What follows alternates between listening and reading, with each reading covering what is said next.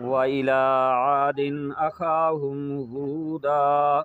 قال يا قوم اعبدوا الله ما لكم من إله غيره أفلا تتقون قال الملأ الذين كفروا من قومه إنا لنراك في سفاحة وإنا لنظنك من الكاذبين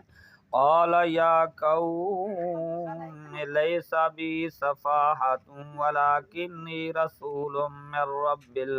العالمين أبلغكم رسالات ربي وأنا لكم ناصح أمين أوعجبتم أن جاءكم ذكر من ربكم على رجل منكم لينذركم واذكروا